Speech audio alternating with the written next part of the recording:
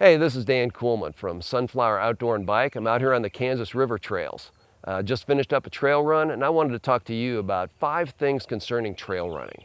First thing I thought of, just in terms of risks. Some people don't want to take risks. They play it a little bit safe sometimes. They think the roads are a little bit easier. But really coming out on the trail system here or Clinton Lake somewhere allows you to challenge yourself in ways that you don't get challenged otherwise. And the best thing you could do when you're on a trail run is see a trail that goes somewhere and say, gee, I wonder where that leads, and then take it. Taking chances out here, it's part of life and it's part of trail running, and I think they really tie together closely. Secondly, in terms of gear, don't overthink the gear. Decent pair of shoes, handheld water bottle, have some hydration, you're good to go. Number 3, thinking through mentality. When you're running, what are you thinking through? Tying into the moment where you're at and picking a positive line. I think that's one of the best things you can do.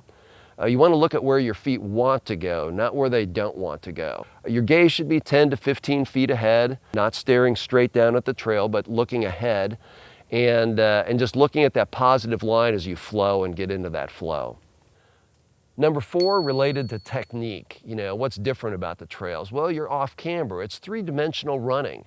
You have to shift. You're not just in one plane here. You're going side to side. You're going up and down. You're ducking under limbs. You're jumping over rocks. You're jumping over snakes. You don't know what's going to be around. And the unpredictable is part of the joy of trail running, I think. And it forces your body through different movements, which I think is a real benefit to trail running. Finally, number 5, why bother running trails? What's the philosophy behind it? I think the best thing that you gain from running trails is it draws you into that present moment. It draws you into the now, where you're at, and drives your attention where it needs to be. Our minds tend to wander to the past, to the future all the time, but T.S. Eliot talked about the present being the place where the past and future are gathered together, at that still point of the turning world. C.S. Lewis talked about the present being the point where time touches eternity. Those are powerful places.